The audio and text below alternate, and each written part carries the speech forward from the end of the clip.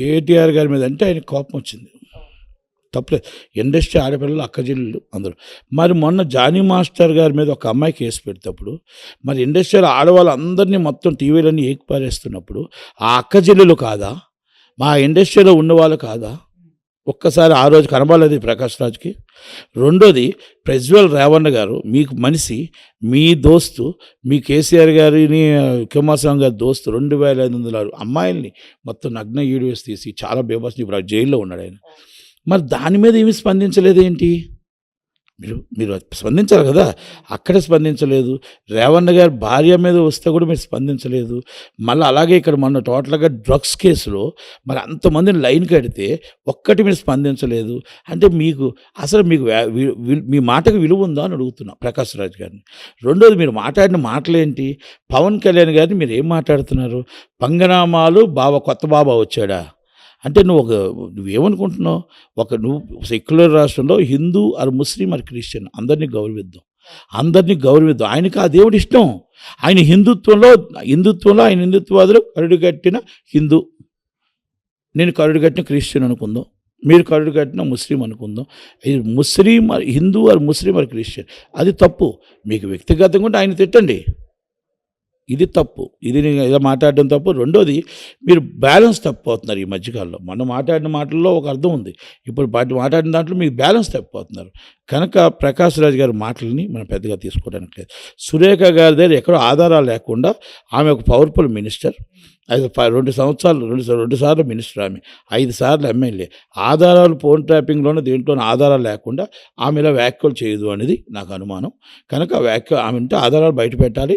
మొత్తం ఏదున్నా కూడా దానికి ఎవరైతే దానికి సంబంధించిన వాళ్ళు దానికి ఏది ఉందో వాళ్ళు కౌంటర్ ఇచ్చుకోవాల్సింది తప్ప ఇండస్ట్రీలో మనం ఇలాంటివి ఏమైనా వస్తే సీరియస్గా మనం ఖండించకపోతే, మనం యాక్టివ్గా అవ్వకపోతే మాత్రం ప్రాబ్లం అవుతుంది.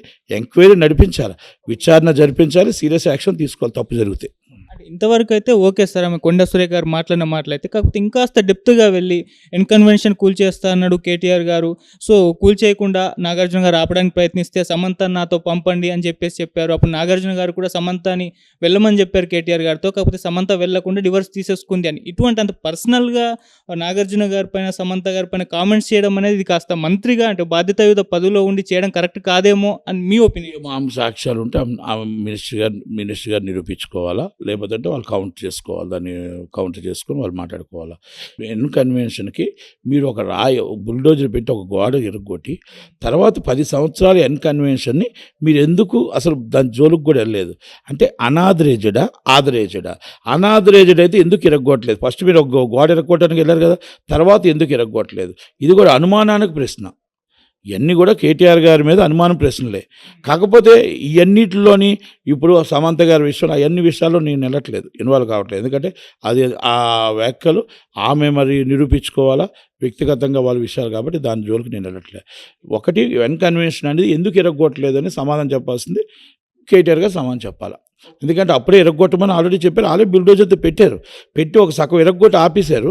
మరి ఆ రోజు ఆపేటప్పుడు ఈరోజు పేదవాళ్ళు గుడిసెలు ఇరగొట్టి చాలా వస్తున్నారు కదా, మరి వస్తున్నప్పుడు మరి అది చెరువు స్థలం కదా, మరి ఎందుకు ఇరగొట్టలేదు అని సమాధానం చెప్పాల్సిన బాధ్యత కేటీఆర్ గారి మీద ఉంది. నాగార్జున గారు కూడా స్పందించారు సార్, ఒక ట్వీట్ చేశారు.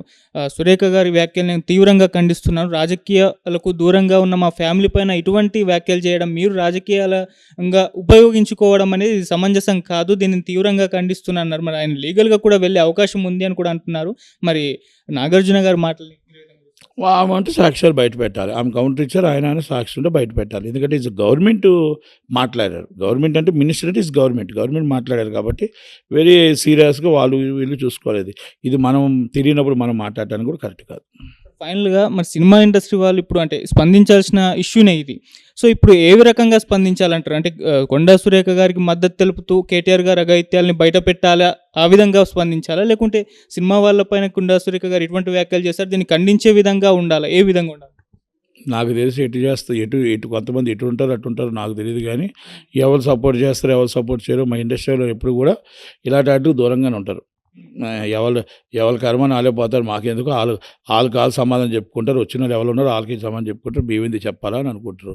ఒకవేళ నిజంగా ధైర్యం చేసి ఎవరైనా వస్తే అదృష్టవంతులు వాళ్ళ గట్స్ ఉన్నోళ్ళు అంతే. సో సినిమా ఇండస్ట్రీ బీఆర్ఎస్ హయాంలో బాగుండేదా, ఇప్పుడు కాంగ్రెస్ హయాంలో బాగుందా సార్ మీ ఒపీనియన్?